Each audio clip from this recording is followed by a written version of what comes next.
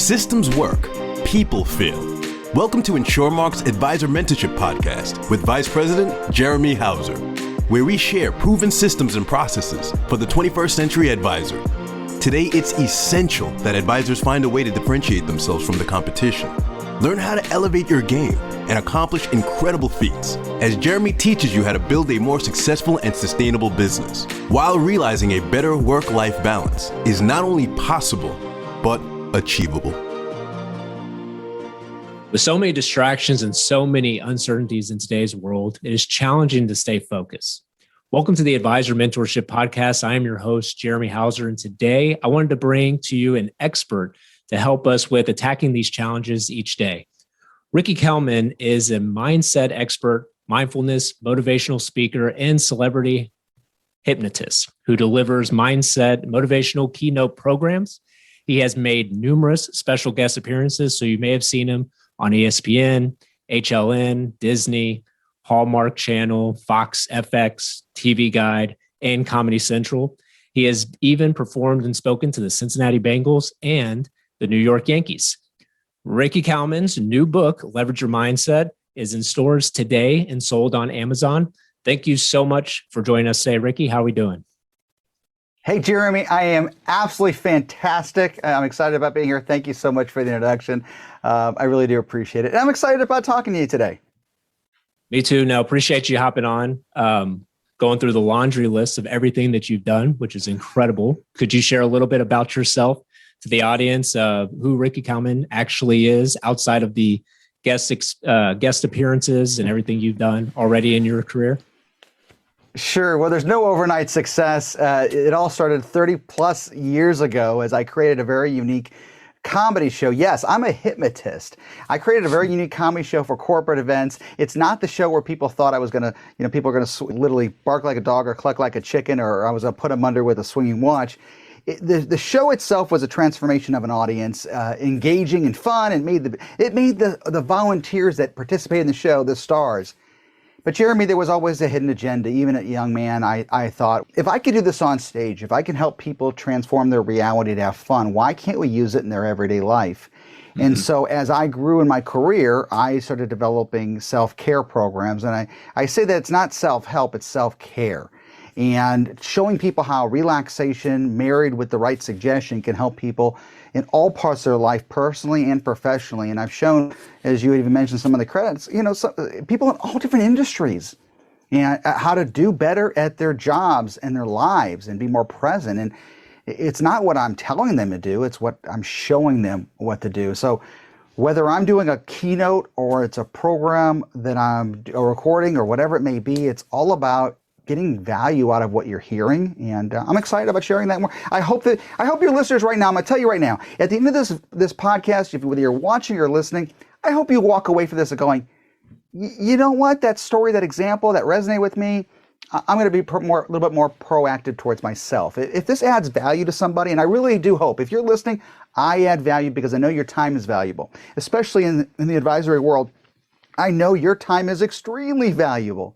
So let's get right to it. No, so hopping right into it with so much uncertainty, like I mentioned earlier.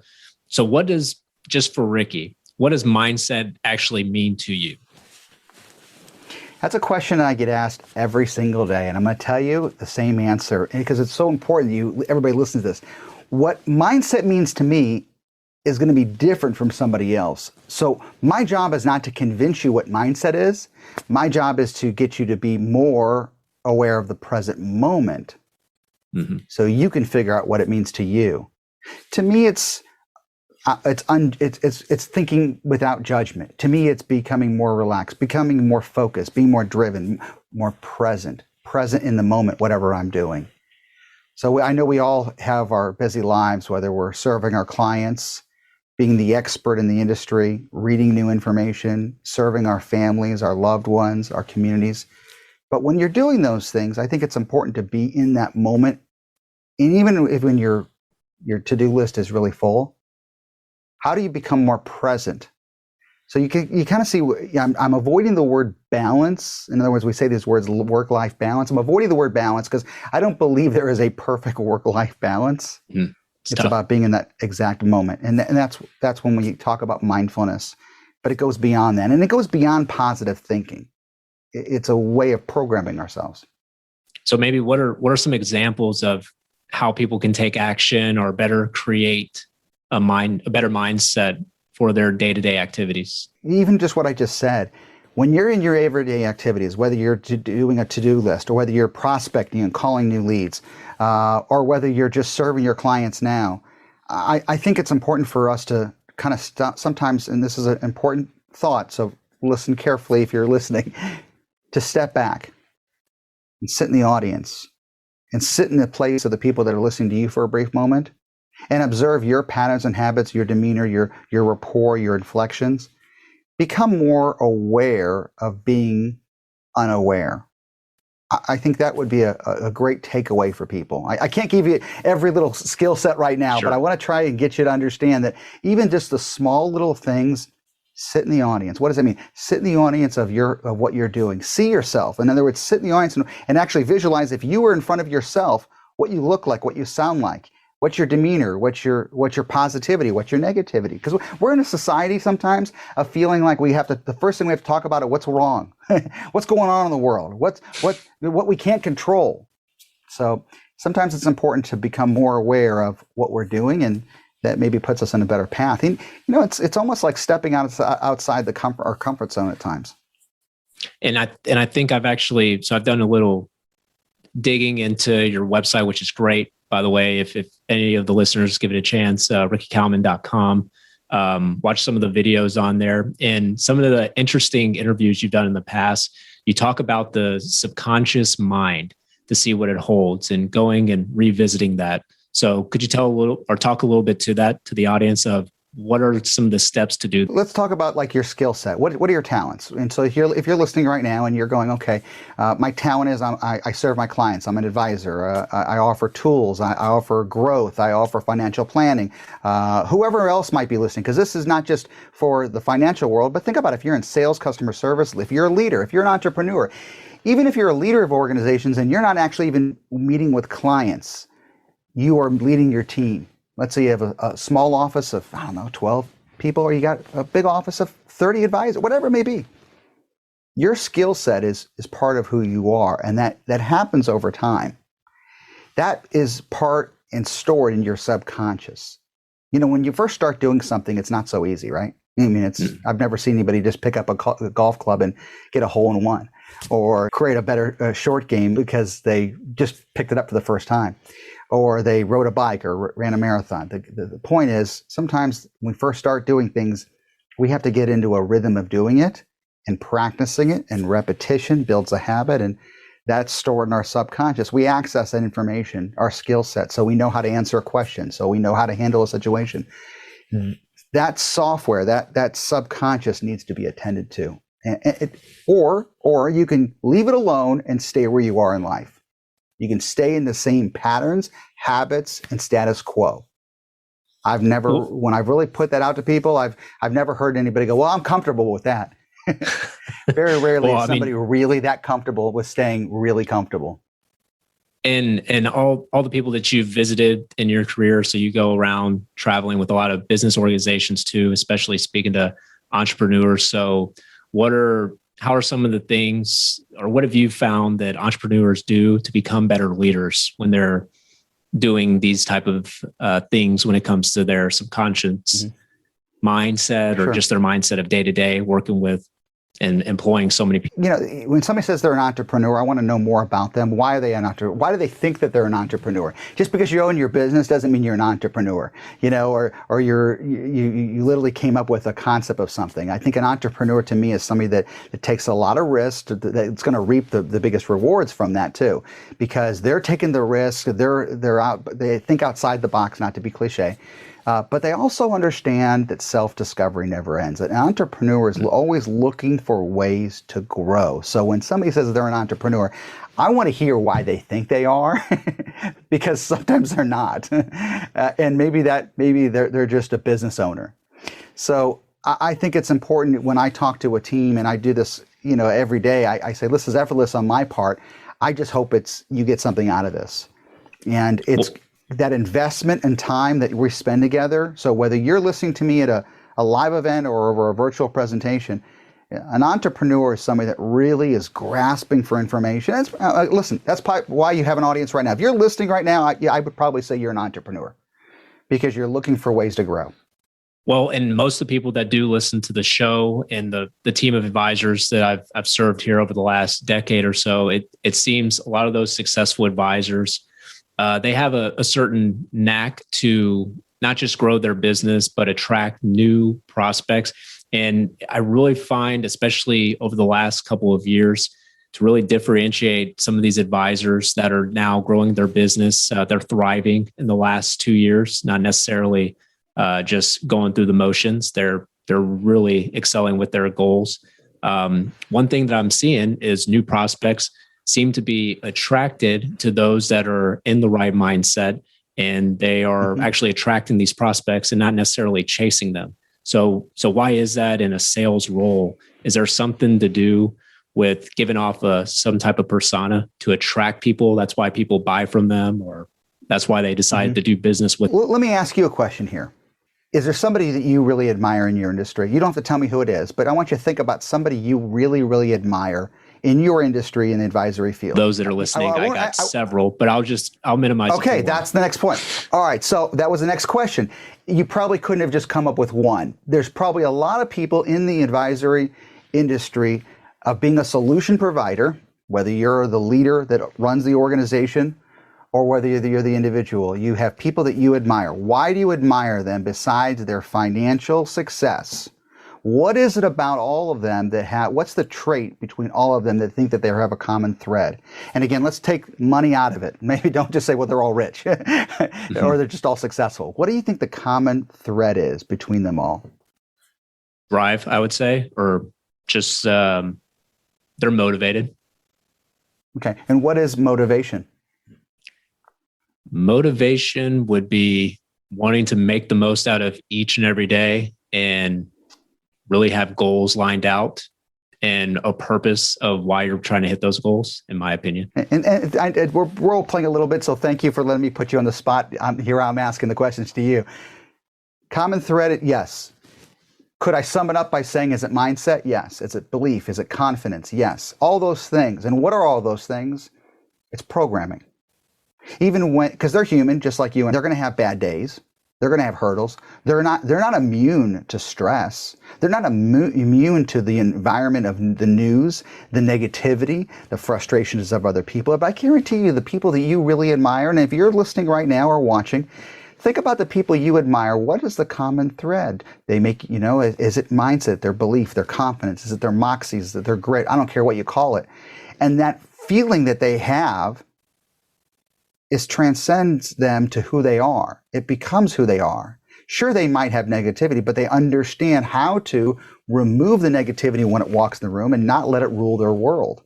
They also know that if it takes maybe 10 mistakes to get one right, and they're not going to give up because they really, truly, 100% believe in what they do. So if you're listening right now, and if you truly believe in what you do, and you're offering solutions to clients, wow, that's a pretty cool thing. Now you remove yourself as a salesperson or trying to meet a quota. You're now an expert. You're the person that people want to talk to and ask for advice. You're that person because you are so passionate about what you do, because that's part of your mindset. When somebody has a problem, they come to you for the solution. Now, you might not be selling them something at that time, but they know they come to you. So there's an attraction of understanding. And I think that's what my point is here, is that when you understand that, you can constantly work that. You can constantly work that mental conditioning. And by the way, you still need to know your products. You still need to know what the latest and greatest is. You got to know what the new packages are and the new offerings in the field and what's going on in the industry and the new trends and the new laws. I get that. But at the same time, you have to constantly engrave that feeling of belief that you can do better. And, actually, that brings up something that I've thought about too. I might be a victim of this also. For those that are motivated and always wanting to do better, wanting to make the most of each and every day, it seems a lot of people that I work with, myself included, are always in work mode. And it's hard to, even if I decide to go take a vacation with the family for a couple of days, you can't really separate yourself from checking emails, or for some reason, I don't know what it is, maybe just being wired.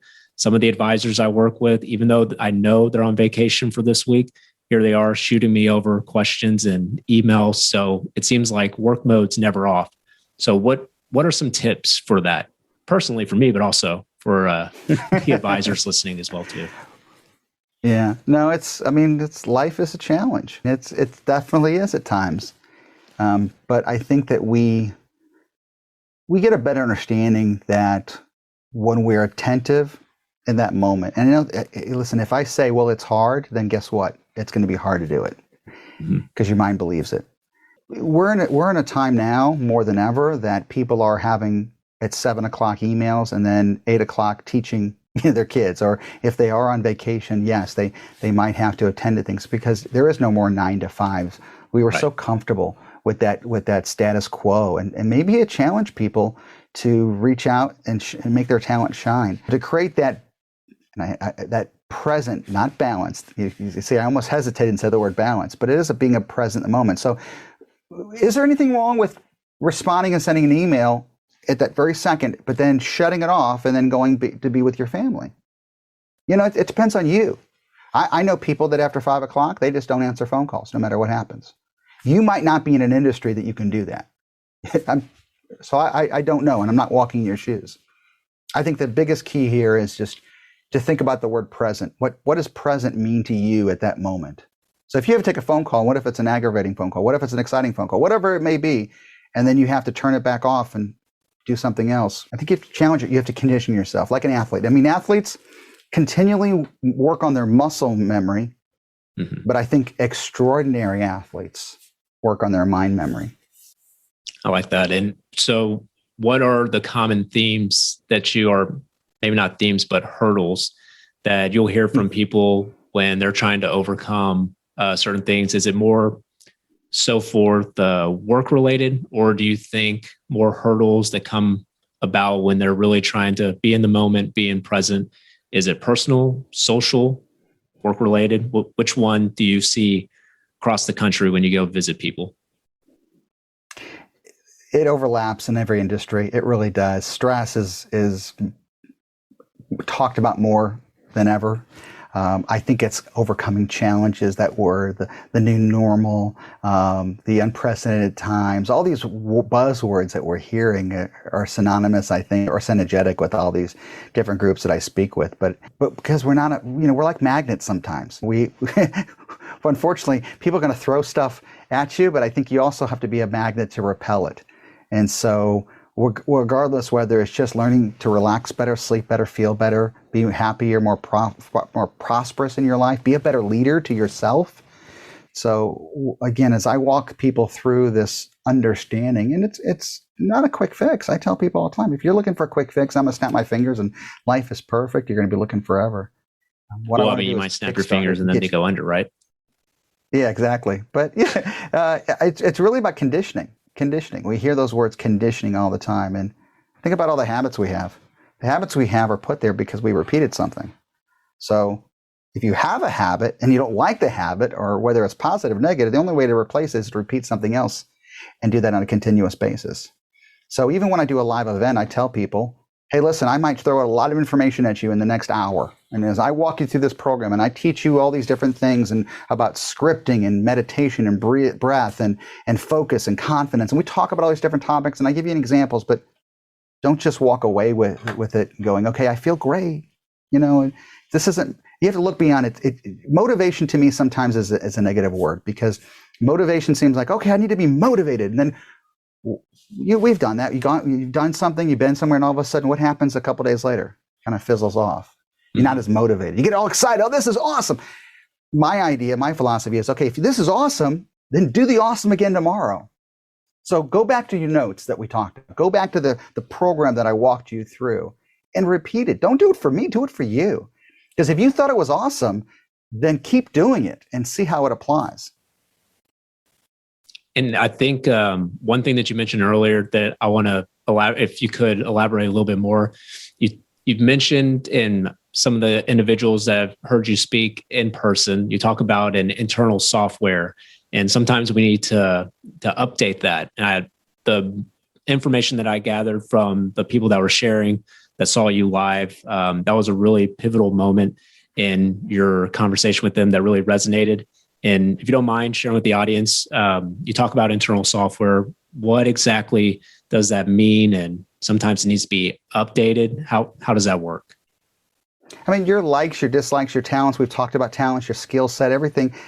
I give you the best example is that's like software. It makes up who you are. That's your personality. I'm sure that friends can describe you, who you are, your demeanor, the food you like, the music you listen to.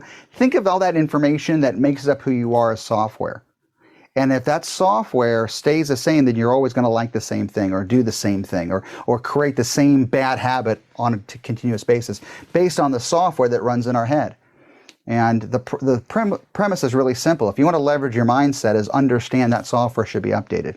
It should be changed and acknowledge it. Give yourself that time to do it. Again, going back, I said sometimes we sit in the audience and observe our patterns and habits. We start to get really conscious of the things that we are doing that we didn't realize we were doing. You ever seen yourself? I mean, we've all done it. Somebody videos you at a party, whatever, on their phone, and then you go back and watch the video, and you're like, oh man, why am I sitting so slumped over? Is that how I sit all the time? And we'll catch little things. I'm not just saying that, but we'll catch little things. Maybe it's the word mom. A lot of people maybe don't realize how many times you say the word I'm sure I've said something here today that I didn't realize I probably repeated a couple times. But that's part of who you are. And my point is, again, if you're in any kind of business, if you serve your clients, you serve your employees, maybe that software can be changed to be a better version of yourself. And that's not criticism. That's not criticism. That's a challenge. That shouldn't be considered failure. It's a challenge to become better.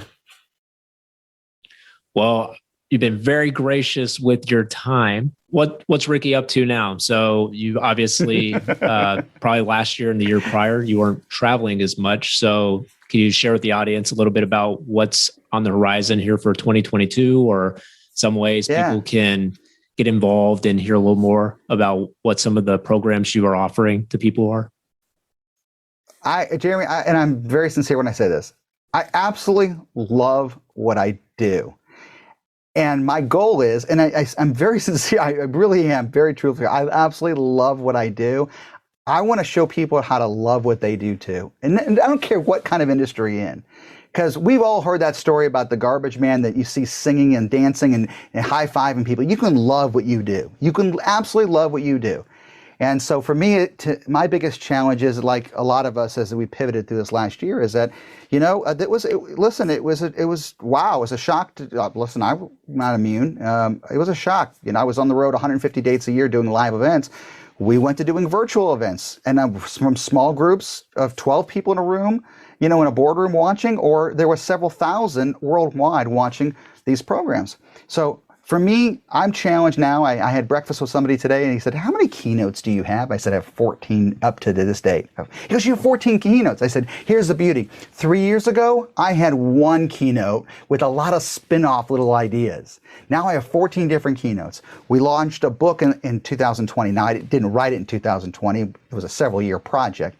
Leverage Your Mindset was launched, my book. And then I launched a mobile app to support the book. And mobile app is my name, Ricky Kalmon. And we literally developed that app to support the book. And then I started developing more content within the app. And I think you and I talked about that. You kind of dive in. There's so much more content in there. So for me, it's always about developing and serving my clients and showing my clients that we can customize a program. I can develop a different keynote. By the way, I can come back, because I've had clients go, Ricky, we had a speaker last year. That's why we have somebody new this year. That's great. He goes, we don't repeat, speakers. You might want to repeat me, because I'm going to show your team over the next year how to implement stuff. And they're going to tell you, hey, bring them back, because I want to know what more tools I can become better. And that's my challenge. I have to come up with new material. And just started last month writing my second book. So what's new with me? I laugh. There's a lot. But I do love what I do. I do try to shut down, and there are times I'm not perfect. My wife will tell me, "Are you with me here?" And I go, "Oh yeah." So you just kind of pivot. But I'm excited. I'm excited about what's going on and what we can do. And we're developing, a lot of my clients, like even in your industry, which we're doing a lot of things now in the financial area, advisory firms, is developing content that really resonates for that industry. I have some clients in the tech industry where we're developing programs strictly for them. So that's fun. I mean, to me, that's really fun. No, thanks for sharing all that. And actually, I just signed up yesterday for your emails. So getting your mindset motivational emails that go out so far first week. So very new to it. Okay, good. And you can sign up obviously at rickykalmon.com. And even if this information intrigues you, I'm not here to sell anything. Listen, it doesn't make a difference on my life if you bought one thing from me, but I hope it makes a difference on the individual. That's what I would say. I don't want to sell you anything. I want to sell you on yourself. The mobile app, of course, available on Android or iOS. It's just search my name, Ricky Kalmon. Just really cool tools. If you want to play better golf, if you want to sleep better, want to reduce stress. I mean, it all relates back to mindset. And by the way, there are people like you that will reach out to me, hey, Ricky, I just read this or I just listened to that program. Have you ever thought of doing this? And sure enough, there are programs living in the app because of the inspiration of individuals and users of the app. And so I take that information very, very, seriously. And it's a powerful tool. Is there anything that we missed maybe, or words of wisdom you like to share with the audience today before we wrap up? I appreciate you having me on. I appreciate you realizing also that mindset itself, self-awareness, self-care is an important topic. Because at the end of the day, if we don't invest in ourselves, although we invest in our portfolios but nothing will exist if we don't exist. And it starts with leading within ourselves. And I'll say this like I say in every one of my presentations, if you change the way you think, you will change your entire world. I hope that your listeners got something out of this conversation that you and I had, and I hope you dive into something. Listen, even if it's not my information, that's okay. If you dive into becoming a little bit better and you see that success and that feeling, that's everything. Awesome. Well, thank you so much, Ricky, for joining us. And thank you to the listener for joining us on this week's episode of the Advisor Mentorship Podcast. Make sure to subscribe on your favorite listening device so you do not miss any future episodes. And remember, in a world full of betas, be an alpha. Thank you for listening to the InsureMark Advisor Mentorship Podcast with Vice President Jeremy Hauser. Click the follow button to be notified when new episodes become available, and connect with Jeremy on LinkedIn to stay up to date. If you would like to request our introduction kit, feel free to check out www.advisormentorship.com and click on Learn More. The information covered and posted represents the views and opinions of the guest and does not necessarily represent the views or opinions of InsureMark. The content has been made available for informational and educational purposes only. Thank you for listening to the InsureMark, the Advisor Mentorship Podcast with InsureMark Vice President Jeremy Hauser.